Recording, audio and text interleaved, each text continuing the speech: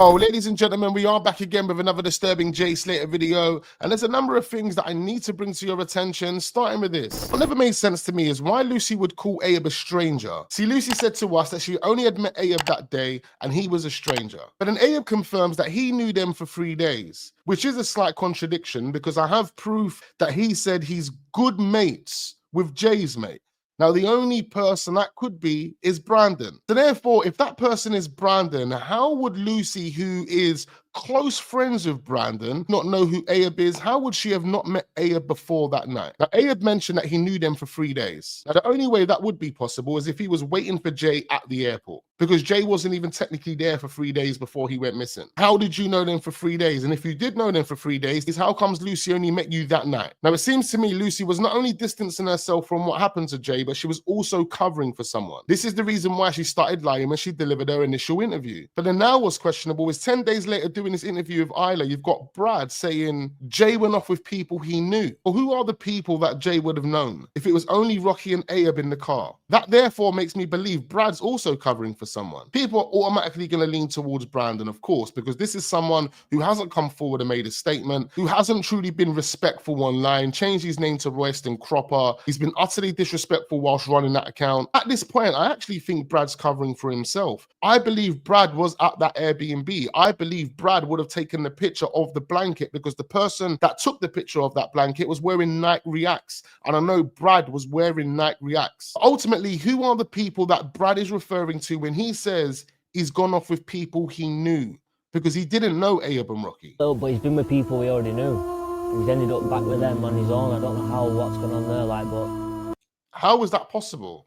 How would that be possible if at 1 o'clock, when Jay was waved out of their face, they were all together? Brad was there, Brandon was there, Lucy was coming down the stairs. They were all together at 1 o'clock. Jay was waved out of his face to the point where he ain't in a position to be making any type of decisions for himself. No genuine friend would have left Jay in that position. So where did you all go and how did you all split up? See, the only person that has an explanation at this point for their actions is Lucy. She just says she left earlier than everyone else and she left alone. See, I don't even understand the need for Lucy to say, I went home alone in a case like this, where your friend's just gone missing in the mountains. Why would you distance yourself instantly? When you think about it, ladies and gentlemen, this isn't the Jay Slater story. Jay Slater is just the face of this story. This is Ayo Qasim's story. And Bradley and Lucy are just facilitating the story. There was enough time for these guys to come together, corroborate a story that made sense. But when you ask them about why Jay went to the Airbnb, none of them have an understanding of why that would have happened. They all make it look like it was Jay.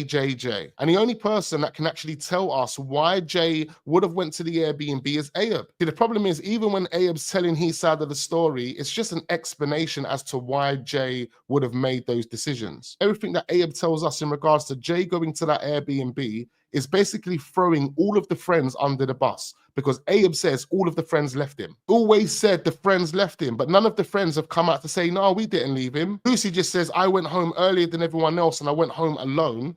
Brad says, oh, I'll just come out of a festival and somehow we got split up. And Brandon's never said anything. So all we've got to do is take Abe's word for it. It just doesn't make any sense on how and why the friends split up and left Jay in that vulnerable state. Left Jay in a position where anyone could have done anything to him. Do we have to remind ourselves on what Jay looked like that evening? This is at 1 o'clock in the morning. They're all there together. It looks like the festival was slowly dying down. People are leaving over a period of time. It's not as packed as it was earlier on in the evening. But somehow, Brandon, Brad, Lucy, those three split up from Jay, and Jay ends up with Abe and Rocky traveling to the mountains. Let's just quickly switch over to this picture for a minute. This picture of Jay in the back of the car. This picture has to be a fact. The reason it has to be a fact is because it actually happened. Jay was in the back of the car, he took a picture, he put that writing on it, and he posted it. It was also sent into WhatsApp groups. This is Jay of the night going up to the Airbnb allegedly, wearing the same t-shirt, wearing his glasses. Now, many of us believe, including myself, that this isn't Jay. The nose is different, the gap between the nose and the lips too wide apart. This is not Jay in the back of the car. This is someone pretending to be Jay. What I wanted to talk about is the wording, the words that are being used. See, Abe doesn't have a massive vocab. So listening carefully to the words that Abe chooses is crucial to understanding what Abe's really talking about? Here in this picture, Jay allegedly says, yeah, cuz ended up getting thrown out of there. Me and two Mali kids just took an AP of some CUNT on the way to sell it for 10 quid. Now, these messages that have been compiled together on this WhatsApp are extremely interesting, and I will be doing another video talking about this. But I want to focus on this for a minute, because as I said, the words that Ayub uses are crucial. Now, in one of my last videos, I showed you that there was only one time and one time only Ayub used the word matey to refer to Jay's friends. And the friend that he was referring to was Brad.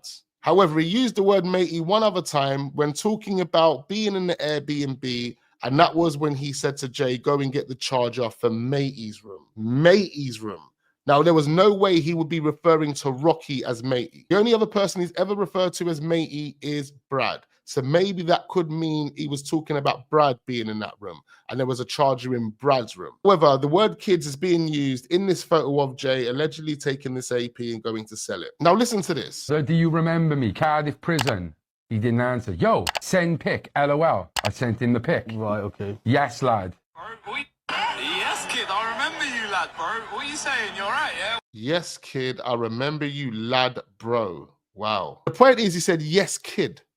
Yes, kid. Another time where he used the word kid was on Cullen's podcast when he referred to Joseph Morris as the American kid. What never made sense to me with this Jay Slater picture is why Jay, a 19-year-old teen, would refer to two grown men as Somali kids. So that right there tells you all you need to know. I personally don't believe this is Jay in the back of the car, and therefore it wouldn't have been Jay that writ this message. Like, truly think about it. Where is the need for Jay having to go to the Airbnb? Where is it? For a person like Jay who was waved out of his face to have to go to the Airbnb half an hour plus away with two guys that he doesn't even know, although his hotel was 7 to 8 minutes drive away from the festival. The logical decisions and actions that you would make at that point would be calling a cab from the festival, calling your friends to see where they are if you have truly split up, potentially walking to your hotel, or last resort, asking these two strangers if they could give you a lift back to your hotel, which is only 7 minutes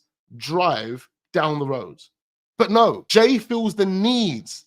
There's an urgent need, there's a real need to go all the way to the mountains with these two guys. And within a space of 14 minutes of him being there, he wants to leave. And when he leaves, he's going to go the wrong way, uphill, even though he would have known he'd come uphill to get to the Airbnb. So logically, walking downhill the way you come would have made more sense. But no, he wants to go uphill, cut off road when his friend calls him, decide to walk through all this cacti that's 7, 8 foot, 9 foot, 10 foot tall to try and get to the sea. Even when you look at this story from an outside perspective, it doesn't make any sense why a kid would have got into a car with strangers, knowing his hotel's only 5 to 7 minutes down the road, and he would travel up to the Airbnb in a secluded area. Instantly, people are thinking there's something shady about that. And I think people like Ayub and Brandon and Brad would have also thought the same thing. But guess what? They planted that AP picture to give reason as to why Jay would have left that festival and traveled to the Airbnb at that time in the morning. That picture was the reason as to why he did that. So now everybody's looking from the outside thinking, oh, he stole a watch or he's found this watch and he's gone all the way to the mountains to sell it. At that point, none of the friends, nor as Ayub, told us the true reason as to why Jay's gone to that Airbnb. And guess what? Jay isn't going to be found alive to tell us why he went to that Airbnb, which means they can lie. They can tell us anything they want to tell us. But what was put out to the public is Jay had stolen a watch and traveled to that Airbnb to sell it. Now, the picture of Jay is a fact. What was written on that picture has to be a fact because no one else could know if Jay would have went with two Somali kids. No one could have known that. Ayub comes out and says, what watch are you guys talking about? Ayub's asking what color the watch is. Ayub is acting as if whatever Jay put on his Snapchat, whatever we saw of Jay in the back of the car with that writing on it was all fake. He downplayed it to make it look like that must have been a troll. At that point, before downplaying it, he had already messaged 1 or 2 people to say Jay asked him to go to the Airbnb. Jay lost his key and then asked him to go to the Airbnb. Remember, that was the initial take that Ayub gave us. That was the initial statement that Ayub gave us. Jay lost his key and then asked him to go to the Airbnb. But shortly before the Island interview, that had changed. Just like Brad had come out and said he knew these strangers for 3 days, Ayub come out and said no. His mate said he wanted to go back to his hotel, took the key off Jay, and he went back to the hotel. So then Ayub's story changed within that short period of time. Do you remember? So it went from Jay losing his key to his mate asking for the key and taking the key and going back to the hotel. So how does that make sense with this? So this is a comment from Ayub who says, I'm good pals with his pal. I'm good pals with his pal. That pal's obviously Brandon. If he's good pals with Brandon and Brandon's really close to Lucy, their relationship's extremely tight, how the hell did Lucy only meet Ayub that night? He says here, they've all left him and he said, bro, I ain't got the key to my hotel and everyone has left me. Can I stay at yours? See right there, he feels the need to over-explain himself in one sentence by saying they've all left him. Where is the point where his mate took the key? Because right now he's saying they all left him. This is Ayub throwing them under the bus, saying his friends all left him, but none of his friends are rectifying that, saying, no, we didn't leave him. They're just saying, okay. And he's saying that Jay said, can I stay at yours?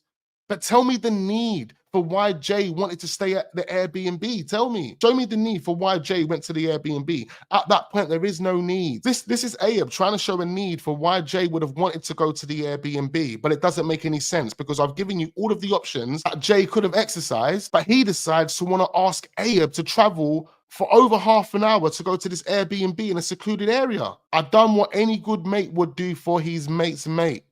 So he done what any good mate would do for his mate's mate. That mate couldn't even come forward, make a statement, or even help with the search. What did Brad do? Brad didn't even help with the search. But ladies and gentlemen, these friends are protecting each other and they've definitely worked with Ayub to corroborate a story to make it look like this is all on Jay. Jay decided to go to the Airbnb willingly. He left that Airbnb after 40 minutes of being there and decided to walk the wrong way. After about 25 to 30 minutes of walking the wrong way, he then speaks to his friend Brad and then decides to walk off roads. All of what they say to me is a story just to put Jay at the Airbnb, just to put Jay in the mountains, just to put Jay where they found his body. The first 2 weeks leading up to the Isla interview was an absolute mess. The Guardia Civil was running around like headless chickens. Whilst that was taking place, you had Rachel, Brad, Brandon and Ayub and Lucy coming together and corroborating a story to make it make sense. Then had other people get themselves involved, like Chris Tenerife, and I will be doing another video, ladies and gentlemen, speaking about Chris Tenerife. It's going to be pretty interesting, so make sure you turn your notification bells on because you don't want to miss that. People like Chris Tenerife would have got themselves involved and they would have been, whilst on the grounds, manipulated to believe a certain narrative, a narrative that was being created before they were even involved. 2 people refused to believe there was any type of foul play involved in the Jay Slater case. This is Chris Tenerife and his side chick. It makes no sense, especially based on how Chris Tenerife initially approached this. Duncan Smith made a really, really good point in this video that he published this morning. Listen to this. Everyone else I know of that's looking at the Jay Slater case, I mean everyone else, is questioning. There are only 2, count them, 2 people that are 100% unquestioning in this case, Chris and Luggy. Why is that? The reason we keep coming back to Chris and Luggy is because they're the only people that are unquestioning, and if they're unquestioning, it begs the question, why are they unquestioning? Why are they 100% out there saying this must be an accident?